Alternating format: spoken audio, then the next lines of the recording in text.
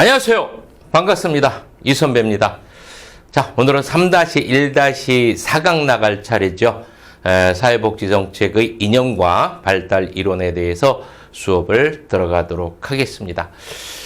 오늘 들어가는 부분이죠. 오늘 들어가는 부분이 여기 뭐 이념 하나가 수업을 하자면 하나의 이념 갖고 1시간도 할 수 있고요. 아니면은 한 달도 할 수 있고요. 한 학기도 할 수 있고요. 그렇습니다. 어떻게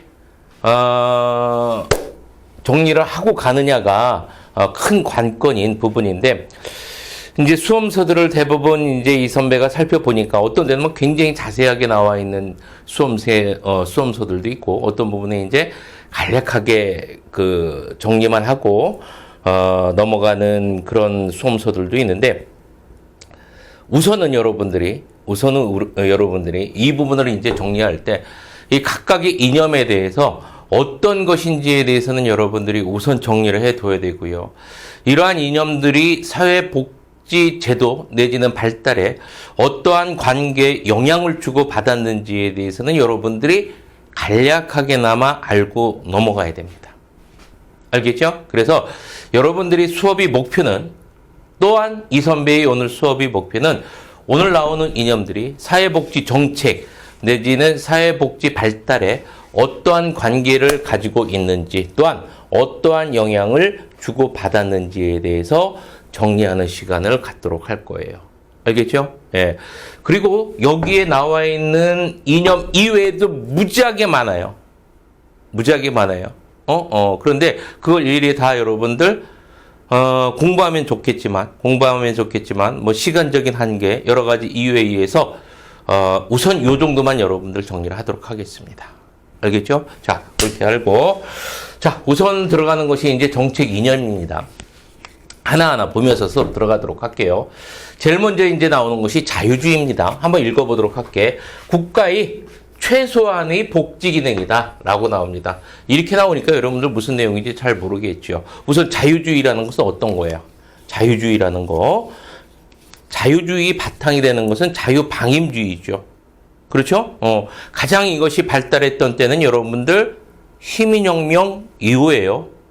시민혁명 이후에 어땠습니까? 그 전에는 절대 왕정이었잖아. 봉건주의. 그 이후에 시민혁명이 거치면서 어떻게 된 거야? 이제 절대 왕정에서 있었던 체제가 공화정으로 바뀌잖아. 그렇죠? 예, 시민이 나라의 주인이 되는 그런 세상이 돼버렸습니다. 그러다 보니까 거기에 살던 시민들은 어떤 자유를 누리고자 해서 정부가 개입하는 걸 원했어, 안 원했어? 안 원했잖아요.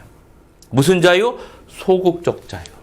그렇죠? 여기서 자유주의는 소극적 자유주의를 이야기하는 겁니다. 자, 정부가 개입하는 걸 원해, 안 원해? 안 원해. 머릿속에 기억을 해두고요. 또한 이 자유주의의 밑바탕이 되는 것은 여러분들 개인주의입니다. 개인주의. 전체주의가 아니야. 전체를 다 챙기는 게 아니라 자기만 어떻게 하면 되는 거야. 내 일은 내가 스스로 알아서 하는 거고요. 나만 잘 먹고 잘 사면 되는 거야. 이런 게 개인주의겠죠. 이기주의하고는 좀 차이가 있죠. 예, 개인주의입니다. 개인주의가 밑바탕이 됐단 말이에요, 자유주의는. 그래서 이러한 밑바탕이 된 자유주의 하에서의 복지정책은, 사회복지제도는 발달이 되겠어요, 안 되겠어요? 보편적인 사회복지제도는 발달이 이루어질 수가 없겠죠. 이해됐죠? 그래서 뭐에 지나지 않아 자유주의에서는 여러분들 최소한의 복지 기능만 있는 거야. 아주 헐벗고, 아주 어려운 사람들, 일할 수 없는 사람에게만 뭐해지는 거야? 선별적 복지가 행해지는 거예요. 자유주의에서는.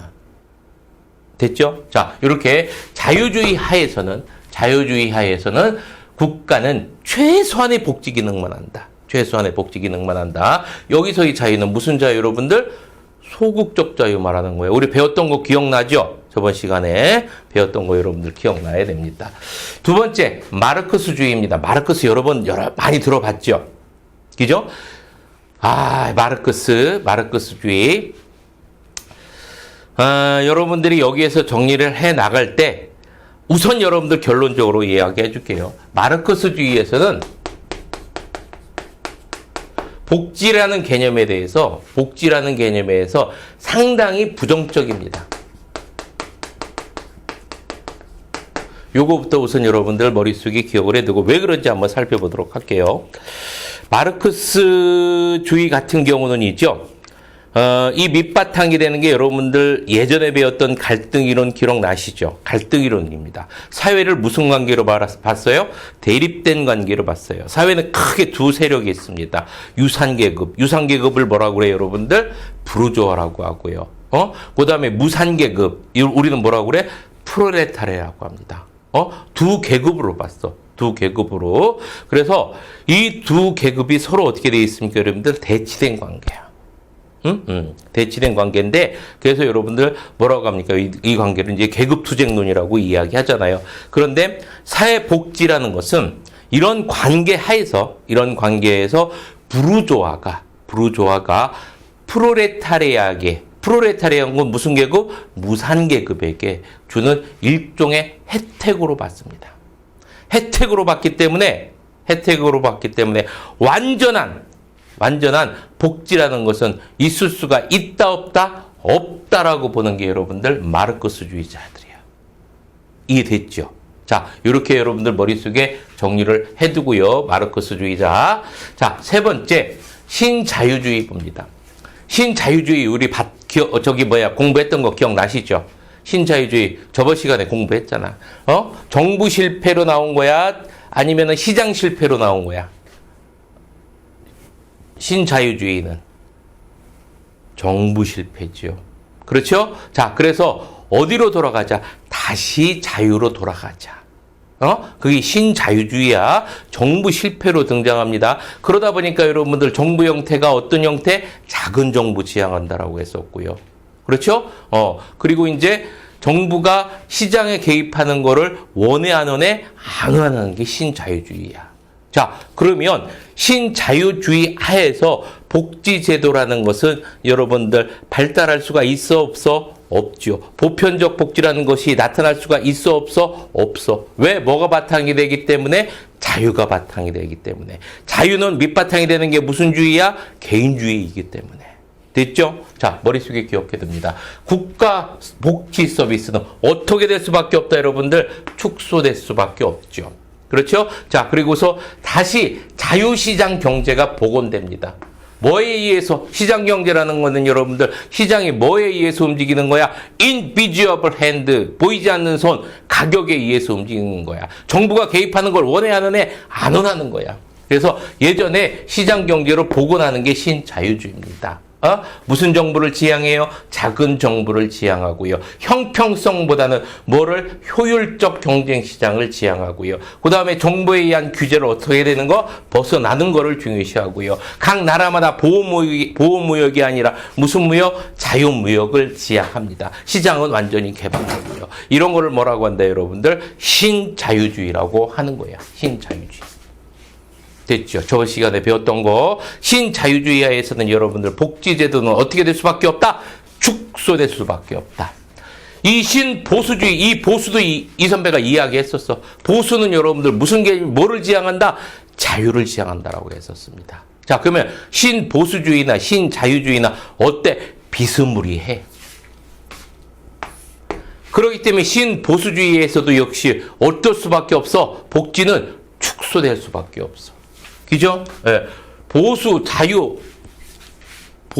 자유를 지향하는 게 보수주의라고 했어요, 여러분들. 자, 그러면 신보수주의에서는 여러분들 복지는 어떻게 될 수밖에 없다? 역시 축소될 수밖에 없다라고 여러분들 머릿속에 기억해 두고 넘어가면 되겠죠. 기억나야 됩니다, 여러분들. 예전에 했던 거 기억나시죠? 예, 기억나시리라고 미션입니다. 자, 그 다음에 수정자본주의입니다. 이것도 역시 우리 했었어. 응?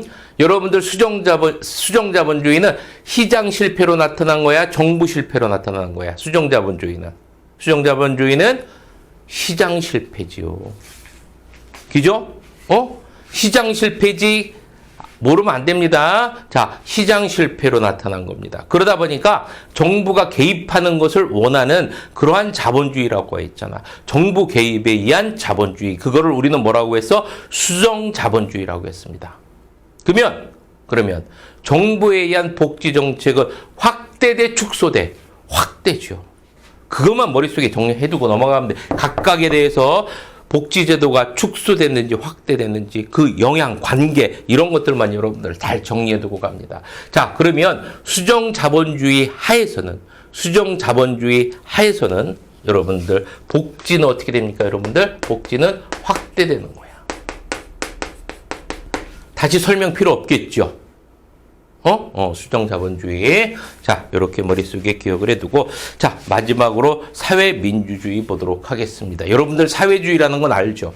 사회주의라는 건 압니다. 사회주의라는 것은 여러분들 뭐하고 바꿨냐면 앞에 있었던 마르크스주의자, 전체주의, 그게 이제 어떻게 보면 한 형태죠. 그렇죠? 그래서 어떻게 보면은 일종의 모두 잘 사는 평등을 지향하는 그러한 체제를 이야기합니다. 그 극단적인 게 이제 마르크스주의자잖아. 그죠? 그래서 마르크스주의자 여기 같은 경우는 어떻습니까, 여러분들?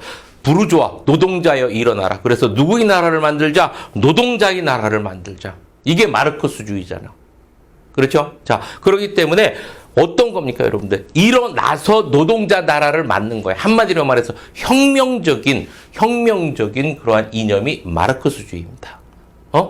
그런데 사회민주주의는 사회주의를 지향해. 한마디로 말해서 뭐를 지향하는 거예요, 여러분들? 평등적인 사회를 원해. 하지만 이렇게 마르크스주의처럼 급격한 혁명적인 그러한 변화는 원하지 않습니다. 어떻게? 점진적인 사회주의를 원하는 것을 사회민주주의라고 하는 거야. 사회주의를 여러분들 위한다라는 건, 사회주의를 지향한다라는 것은 자유와 평등 중에서 여러분들 당연히 뭐를 지향하는 거야? 평등을 지향하는 거야. 됐죠? 자, 그러면 사회민주주의 같은 경우는 당연히 여러분들 복지 혜택의 축소야 확대야? 당연히 확대겠죠. 한번 살펴보도록 합니다.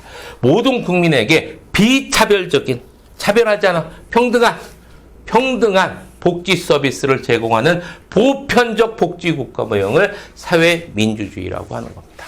자, 됐습니다. 자, 여기에 사회복지 정책 이념에 대해서 여러분들 자유주의, 그죠? 자유주의는 여러분들 어떻다? 개인주의 밑바탕, 그래서 소극적 자유, 정부가 개입하는 걸 원해 안 원해? 안 원합니다. 그러다 보니까 복지 혜택의 축소 아니면은 최소한의 복지 기능만 제공하는 거고요. 자, 마르크스주의는 어떻다?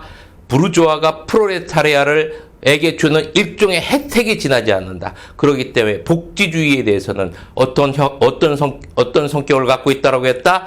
부정적인 경향을 갖고 있다라고 했다. 자, 그렇게 기억해 두고. 신자유주의는 무슨 실패로 등장한 거? 정부 실패로 등장한 거. 그렇기 때문에 다시 어디로 돌아가자? 자유로 돌아가자. 그래서 무슨 국가? 작은 정부, 소국가, 효율성 중시하고요. 정부로부터 규제를 탈피한다. 자, 신보수주의는 뭐와 비슷하다? 여러분들, 신자유주의와 비슷하다. 자, 수정자본주의는 무슨 실패로 등장한 것이다? 시장 실패로 등장한 것이다. 시장 실패로. 그래서 정부의 개입을 어떻다? 적극적으로 원하는 형태이고요. 그러다 보니까 복지국가의 혜택의 어떤 확대를 가져오는 것이 수정자본주의입니다. 사회민주주의는 삼인주의는 뭐를 원해? 사회주의를 원해. 하지만 혁명적인 사회주의가 아니라 어떤 완만한 점차적인 그런 사회주의를 원하는 것이 사회민주주의다라고 여러분들 정리를 해두고 넘어가면 됩니다. 자, 여기까지 사회복지 정책 이념에 대해서 쭉 다 살펴봤습니다. 자, 이해되시겠죠? 예, 이해되리라고 미션입니다. 자, 이렇게 봤고요. 이제 뒤를 넘어가도록 하겠습니다. 자, 사회양심론. 제일 먼저 사회양심론 나옵니다. 이 딱 늘 이야기하는 거지만 제목을 딱 보면 어떤 이념인지에 대해서 여러분들이 딱 생각이 나야 된다라고 얘기했었습니다. 꼭 기억해 둬야 되고요. 칠판을 보면서 정리해 나가도록 하겠습니다. 제일 먼저 나오는 것이 뭡니까, 여러분들? 인도주의입니다. 인도주의. 당연한 것이겠죠. 그렇죠? 사회복지제도는 뭐로부터 출발했다? 개인의 양심으로부터 출발했다. 개인의 이타적 양심으로부터 출발했다. 그렇기 때문에 당연히 뭐 인도주의적, 사람으로서의 도리를 다하는 인도주의적인 이런 자세가, 이런 이념이 여러분들 기초가 됐고요. 자, 그리고 개인의 이타적 양심과 사회적 의무감을 국가가 대신해서 뭐를 통해서? 사회복지 정책을 통해서 실현한 것이다. 한마디로 말해서 어떻다? 개인의 이타적 양심이 발전해서 뭐가 이루어졌다? 사회복지 정책, 사회복지제도가 만들어졌다라고 보는 것이 뭐다, 여러분들? 사회양심론이다. 됐죠? 자, 이렇게 머릿속에 기억해 두고요. 자, 그렇다라는 것은 여러분들 개인을 대신해서 국가가 대신 뭐 하는 거예요, 여러분들? 자선 활동을 피는 것이 여러분들 뭐다? 그것이 뭐다? 사회복지제도다. 라고 말할 수도 있겠죠. 자, 그래서 사회적 양심론 같은 경우는 사회복지 정책을 누가? 개인을 대신해서 국가가 자선 활동을 피는 것으로 봅니다. 자, 이렇다라는 거 정리를 해두고요. 자, 두 번째, 사회양심론의 가정입니다. 사회양심론의 가정. 자, 이타심을 국가를 통해서 실현한다. 누구의? 개인의 이타심을 국가가 대신해서 실현해 주는 겁니다. 자, 개인의 자선 활동을 국가가 대신해서 해 주는 거야. 자, 그리고요. 두 번째, 사회복지 정책의 변화는 누적적이다. 자, 사회복지 정책은요, 사회복지 제도는요, 어떻다, 여러분들? A가 있고, 그러면 A가 있고, B, 그리고 C, 이렇게 A, B, C, 이렇게 발전하는 게 아니라 A가 있고, B가 있고, C가 있고, 이렇게 누적적으로 발전한다는 이야기입니다. 옛 것이 없어지고, 새로운 것이 나타나는 게 아니란 얘기야. 알겠죠? 옛것 위에 새로운 것들이 계속 어떻게 된다? 누적된다는 이야기입니다. 그래서 사회복지 정책의 변화는 어떻다? 누적적이다. 계속해서 쌓아간다. 그래서 개선의 역전은 불가능하다. 예전으로 돌아갈 수가 있다, 없다? 없다란 이야기입니다. 누적적이기 때문에 옛날로 돌아가기는 어렵다란 얘기고, 계속해서 어떻게 한다, 여러분들? 발전할 뿐이다. 앞으로 나아갈 뿐이다. 자, 그래서 개선은 불가피하여 현재의 서비스는 지금까지의 사회복지 정책 중 가장 최선의 것이라고 보는 게 여러분들 뭐다? 사회 양심론입니다. 양심론. 자, 이렇게 머릿속에 여러분들 정리를 해두고요. 머릿속에 딱 기억했고, 양심론 나오면 뭐? 개인의 양심이 발전해서 뭐가 됐다? 사회복지 정책이 됐다. 개인이 자선활동을 대신해서 누가 대신? 국가가 자선활동을 피는 것을 그걸 뭐라고 한다? 사회복지 정책이라고 한다. 라는 것까지 여러분들 머릿속에 정리를 해두면 되겠습니다. 됐고요. 자, 사회적 양심론 정리됐습니다. 자, 두 번째 보는 것이 여러분들 음모이론입니다. 이라고도 하고, 사회통제 이론이라고도 하죠. 사회통제 이론. 우리가 이 이론을 공부할 때는 사회통제 이론이라고 알고 있는 것이 더 좋을 수 있습니다. 근데 음모이론 모르고 가면 안 됩니다. 다 같이 알고 있어야 되는데, 한마디로 말해서 어떤 거를 이야기하냐면 사회통제. 그래서 기득 세력이 있죠. 기득 세력, 즉 자본가 세력이기도 하고, 이라고도 하고, 생각해도 되겠고, 지배계층이라도 생각해도 될 거예요. 지배계층이 있죠. 지배계층이, 피지배계층을 지배하기 위해서, 통제하기 위해서, 뭐를 사용한다? 사회복지 정책을 사용한다는 이론이 음모이론입니다. 음모이론. 그래서 우리가 앞에서 배웠던 어떤 인간의 어떤 기본적인 양심, 자비심에 의해서 사회복지제도가 만들어졌다라는 양심론과는 좀 반대되는 개념이에요. 그렇게 여러분들 머릿속에 기억을 해두고요. 자, 음모이론 보도록 하겠습니다. 뭐라고도 한다, 여러분들? 사회통제 이론이라고도 한다. 자, 한번 보도록 합니다. 사회양심론에 반대되는 이론이고요. 자, 사회복지 정책을 어떻게 이해했다? 사회 안정과 질서 유지를 위해 무슨 수단으로? 통제 수단으로 이해합니다. 그래서 어떻게 한다는 얘기 한마디로 말해서 피지배계층이 먹고 살 만큼만 주는 거야. 뭐 하지 않게. 서로 간에 막 갈등 일어나지 않고, 투쟁 일어나지 않게끔, 적절하게 이제, 피지배계층, 빈민계층을 지배, 통제하기 위해서 사용한 것이 사회복지정책이다라고 정리해주고요. 자, 기득권자, 지배계층들이 빈민들이 불만을 완화시키기 위해 사용하는 수단이 뭐다? 사회복지정책이다. 됐죠? 자, 이렇게만 여러분들이 음모 이론에 대해서 정리를 해두고 넘어가면 됩니다. 자, 됐습니다. 뒤로 넘어갑니다. 세 번째, 시민권론, 마샬이 주장했다 나오는데, 시민권론. 시민권론이라는 개념이 어떤 출발은 어디서부터 생각을 하시면 되냐면, 시민혁명부터 출발하면 됩니다. 여러분들 시민혁명으로 인해서 주권이 누구에서부터 누구로, 왕에서부터 시민으로 옮겨갔잖아요. 그죠? 그래서 그 당시에 시민혁명 이후의 어떤 시민들은요, 나라의 주인이라는 일정 지위를 가진 사람이야. 권리를 가지고 있는, 권리를 가질 수 있는 일정의 지위를 가진 계층이었었어요. 지금의 어떤 시민과는 약간의 좀 틀립니다. 그래서 시민혁명 이후에 시민이라는 개념은 일정한 권리를 가지는 그런 지위였다라는 거 우선 머릿속에 기억을 해두고요. 이러한 시민권이 있죠. 점차 발전을 이룹니다. 점차 발전을 이루는데, 이 발전을 이루면서 국가에 대한 어떤 권리가 요구하는 것이 점차적으로 어떻게 됩니까, 여러분들? 많아집니다. 이렇게 사회복지에 대한 요구가 점차적으로 많아져요. 국가에 대한. 그러다 보니까 국가가 해야 될 일이 많아져, 적어져, 점차 많아지겠지. 그러면서 뭐가 발전했다? 사회복지 정책이 만들어지고 점차적으로 발달했다라고 보는 것이 시민권론입니다. 시민권론. 자, 요 정도로 여러분들이 머릿속에 정리를 해두고요. 자, 시민권론 한번 살펴보도록 하죠. 자, 1번서부터. 시민을 사회 공동체의 완전한 자격을 지닌 구성원으로 규정했으며, 시민권은 일종의 뭐였어요, 여러분들? 지위였었습니다. 지위였다가, 이러한 지위가 어떻게 됩니까, 여러분들? 점차적으로 확대를 갖고 오죠. 그래서 시민권이 18세기에는 여러분들 공민권으로, 자, 19세기에 때는 시민권이 뭐로? 정치권으로, 20세기에 때는 여러분들 무슨 권으로? 사회권으로 점차적으로 시민권이 발달됩니다.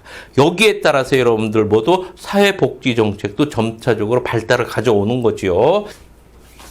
18세기 공민권 한번 읽어보도록 하겠습니다. 시민혁명 과정을 통해 형성된 권리로 법 앞에서의 자유와 평등이다. 법 앞에서의 자유와 평등이다. 언제 이후? 시민혁명이요. 자, 그러면 여기서 여러분들 한번 생각을 한번 해봅니다. 시민혁명 이후에 자유와 평등이야.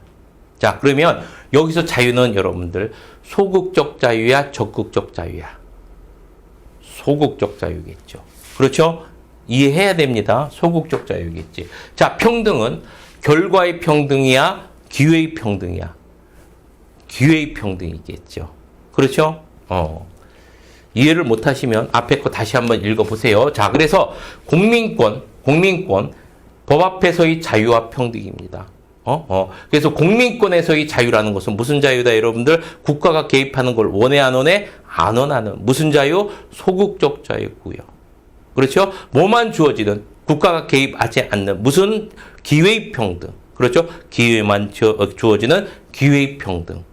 기회의 평등. 공민왕 때 자유와 평등입니다. 여러분들 그렇게 정리를 해두시고요. 19세기 정치권을 보도록 하겠습니다. 노동운동과 여성운동을 통해 형성된 권리로, 한마디로 말해서 무슨 권? 참정권입니다. 참정권이라는 건 정치에 참여할 수 있는 권리죠. 그죠? 자, 그래서 여러분들 잘 아시다시피 이 정치권 확대 운동, 그걸 뭐라고 그래? 영국에서 차티스트 운동이라고 하잖아. 그죠? 이 차티스트 운동. 그래서 정치권, 시민권이 어떤 정치권으로서의 개념을 가졌던 것이 19세기고요. 이 정치권의 핵심은 뭐다, 여러분들? 참정권이 확대입니다. 차티스트 운동. 자, 그리고 사회권입니다. 사회권, 세계 대공황을 통해서 형성된 권리고요. 교육, 사회, 복지 제도입니다. 여기서의 자유 있어요, 없어요? 있죠. 여기서의 자유는 무슨 자유예요, 여러분들? 적극적 자유야. 요구할 수 있는 자유야. 알겠죠? 여기서의 자유는, 사회권에서의 자유는 국가에 요구할 수 있는 거야. 자유야. 그 평등은 무슨 평등이겠어? 결과의 평등이겠죠. 그렇죠? 예, 개념적으로 이렇게 발전을 갖고 옵니다. 그러면서 점차적으로 국가에 요구하는 어떤 권리는 점차적으로 시민들이 요구하는 권리는 많아져 적어져 점차적으로 보니까 많아지지. 예? 예, 이러면서 사회복지제도 정책은 발전을 이루어 간다라고 보는 것이 시민권론입니다. 시민권론. 자, 이렇게 보고, 자, 3번 보도록 합니다. 마샬은 20세기 사회권의 실현을 통해 이 사회권이 가장 나중에 여러분들 발전됩니다. 자, 무슨 자유? 적극적 자유. 무슨 평등? 결과의 평등. 자, 사회권의 실현을 통해 완전한 시민권의 달성이 가능하다고 봤습니다. 자, 그리고 근대 자본주의 국가의 불평등한 현실은 불평등하지만 평등주의적 시민권은 양립할 수 있다라고 마샬은 보았죠. 자, 이렇게 여러분들 시민권론에 대해서 여러분들 정리를 해두고 넘어가면 되겠습니다. 됐죠? 이렇게 보니까 어떻습니까, 여러분들? 전반적으로 좀 이해를 많이 하고 있어야 되겠죠. 그죠? 예, 이해를 해야 되는 부분이 좀 있습니다. 그래서 기본적인 개념을 정리한 다음에 전체적인 흐름을 파악하는 것이 여러분들 중요합니다. 그래서 몇 번 반복하다 보면 다 이해가 되실 거예요. 자, 그리고 이제 네 번째 산업화 이론입니다. 산업화 이론. 산업화 이론이라는 것은 한마디로 이야기하면 산업화에서 경제 성장을 이루잖아요. 그죠? 경제 성장의 정도에 따라서 사회복지 제도는 발전한다라고 보는 게 산업화 이론입니다. 그래서 한마디로 산업화의 정도에 따라 뭐가 발전한다? 사회복지 제도가 발전한다. 정도에 따라 그런 건데, 이 선배가 이제 예전에 시험 공부할 때, 옆에다가 병 주고 약 주는 이론 이렇게 적어 놨었습니다. 그 이유를 이제 간단히 이제 이 선배가 설명을 해줄게요. 왜 그랬냐면, 산업화가 이루어지잖아요. 산업화가 이루어지면 여러분들 좋은 점도 있고 나쁜 점도 발생을 하죠. 좋은 점은 뭐겠어요, 여러분들? 경제 성장을 통해서 물질적인 풍요를 가져오잖아. 물질적인 풍요를 가지고 옵니다. 반면에 물질적인 어떤 사람은 많은 풍요를 가져온 반면에 어떤 사람은 못 가져가는 사람이 있겠죠. 그래서 어떤 것이 발생할 수밖에 없어? 빈부격차가 발생할 수밖에 없겠고요. 또한 직장을 잃은 실업 문제도 발생할 수 있겠고요. 실업 문제. 자, 그리고 어떤 문제도 발생할 수 있어? 좁은 지역에 많은 사람들이 살다 보니까 주택 부족 같은 문제들이 발생할 수밖에 없습니다. 그죠? 자, 그래서 음과 양이 다 있어. 약도 주고 병도 주는 거. 이게 무슨 이론이야, 여러분들? 산업화 이론입니다. 자, 그러면 이것을 해결하기 위해서는 어떻게 되겠어요, 여러분들? 여기에서 어떤 물질적인 이러한 풍요를 이쪽에 어떻게 투자를 해야 되겠지. 누가 개입해가지고? 정부가 개입해가지고. 이거를 산업화 이론입니다. 이러면서 무슨 제도가 발전하는 거야, 여러분들? 사회복지제도가 발전하는 거야. 됐죠? 자, 이렇게 보면서 한번 칠판을 보면서 정리해 나가도록 하겠습니다. 자, 1번. 서로 다른 유형의 복지 국가라도 기술 발전 등 산업화의 정도에 따라 동일한 유형으로, 여기다가 이걸 적어 놓으면 더 정확하겠네요. 사회복지 발전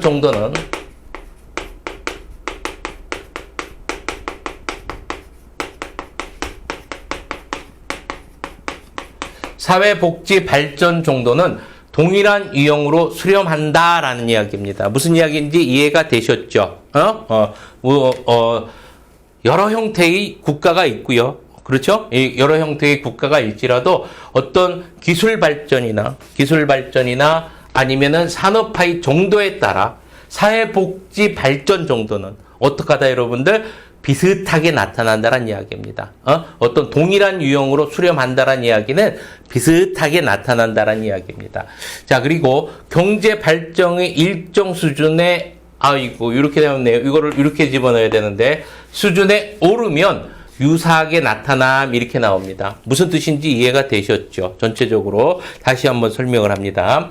요 이야기는, 국가 형태는 참 많죠. 여러 형태가 있지만, 어떤 산업화나 기술 정도, 산업화의 과정은 비슷비슷하지요. 이렇게 산업화나 기술 정도의 비슷비슷한 발전 과정을 거치는데 이러한 발전 과정과 비슷하게 사회복지 정책도 비슷하게 발전을 해 나간다라는 이야기입니다.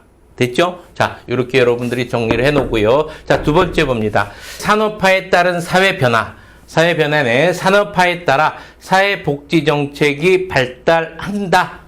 비슷한 이야기죠. 산업화에 따라서 뭐가 발달한다? 사회복지 정책이 발달한다라는 이야기고요. 자, 복지국가는 산업화를 통해 경제 성장이 달성하고 재정 능력이 향상되었을 때 가능하다라는 이야기입니다. 그래서 어느 정도 재정 능력이 있어야만 뭐를 이룰 수 있다? 복지국가를 이룰 수 있다라는 이야기겠고요. 자, 마지막 복지국가의 다양성보다는 뭐를 강조했다? 유사성을 강조했다. 복지국가는 어떻게 된다, 여러분들?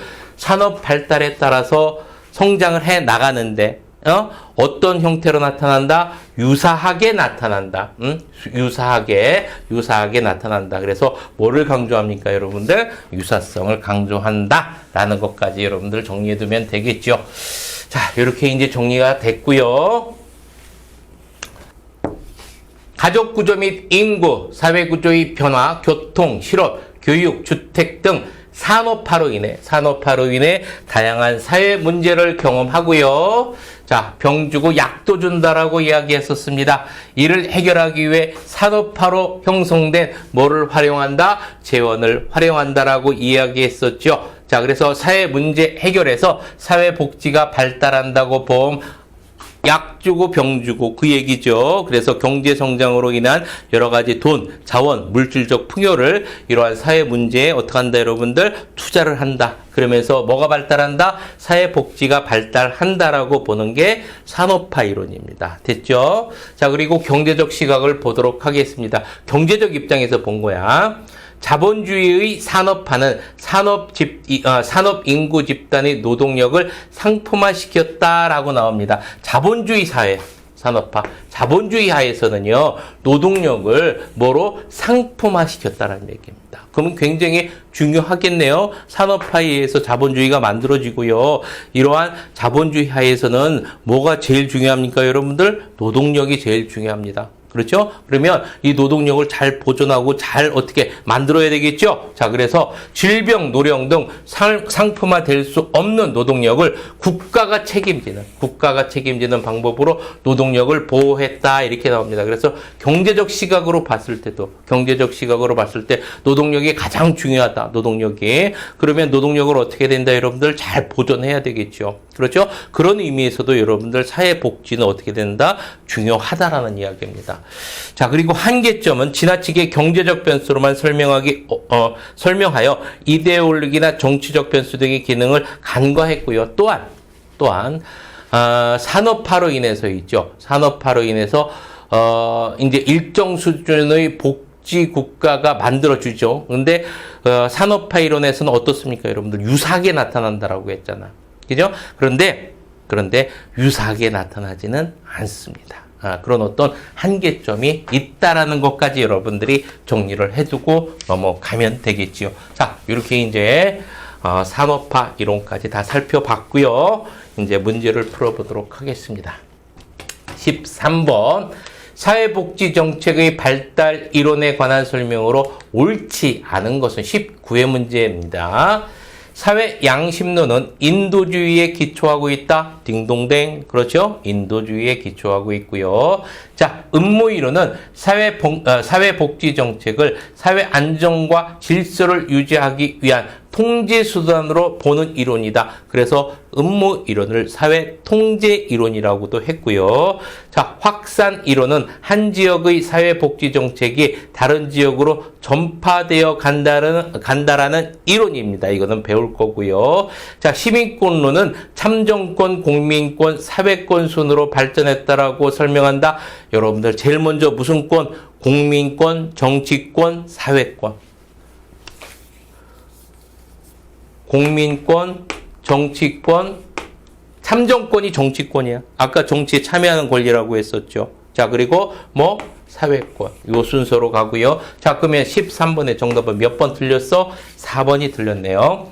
산업화 이론은 사회복지정책 발달은 그 사회의 산업화 정도에 따라 결정된다라고 보는 이론이다. 맞죠? 그렇죠? 어떤 산업화 정도에 따라서 사회복지정책이 발달한다라고 이야기했었습니다. 13번의 정답은 몇 번? 4번이 되겠네요. 14번 봅니다. 문제. 사회복지정책의 발달 이론에 관한 설명으로 옳지 않은 것은 16회 문제입니다. 확산이론. 한 국가의 제도나 기술 혁신이 인근 국가에 영향을 준다. 이름만 봐도 그런지 알겠죠? 이제 배울 거고요. 자, 음모이론. 사회복지정책에 대해 사회 안정과 질서를 유지하기 위한 하나의 수단으로 보았다. 그래서 우리는 사회 통제 이론이라고도 이야기했었습니다. 자, 독점 자본 이론 이거 다음 시간에 배울 건데 경제 발전이 상당 수준에 이르면 사회 복지 발전 정도가 유사하게 나타난다. 이거는 독점 자본 이론이 아니라 우리가 금방 배웠던 무슨 이론? 산업화 이론이죠. 산업화 이론이고. 자, 그럼 3번 틀렸네요. 자, 4번 봅니다. 이익집단 이론. 현대사회에서 귀속적 차이 등에 따른 집단들 간의 정치적 행위가 커지고 있다. 이거 이익집단 이론 다음 시간에 배울 거고요. 이 이익집단에 대해서는 여러분들이 예전에 한번 수업을 했던 것 같은데. 자, 5번째 사회 양심 이론입니다. 인도주의에 입각한 사회적 의무감이 사회복지 정책을 확대할 수 있다. 딩동댕 맞습니다. 자, 그래서 이제 14번 문제까지 다 풀어봤고요. 이제 오늘 사회복지 정책의 발달 이론에 대해서 이제 쭉 살펴봤었습니다. 오늘 이제 사회 양심론 봤고요. 그리고 음모 이론, 그리고 산업화 이론, 시민권 이론 이렇게 4가지 살펴봤는데 앞에도 계속 이야기했지만 제목을 보고서 이 이론이 어떤 내용인지에 대해서는 여러분들이 거기까지는 해줘야 됩니다. 거기까지는. 그래서 사회 양심론은 어떤 거고, 음모 이론은 어떤 거고, 산업화 이론은 어떤 거고, 시민권 이론은 어떤 거고, 이거를 이야기할 수 있어야 됩니다. 확실하게 개념적으로 정리해 둘 필요는 있다라는 거, 이 선배가 이제 다시 한번 말씀드리면서 장시간 동안 고생 많이 하셨고요. 공부 이제 그냥 덮지 마시고 항상 이야기하는 거지만 다시 한번 훑어보시고 문제까지 한번 다시 한번 답 보지 말고 한번 풀어보시고 이렇게 이제 마무리하시기 바랍니다. 자, 고생 많이 하셨습니다. 자, 오른손 들고 파이팅 하면서 이 시간 마치도록 하겠습니다. 파이팅!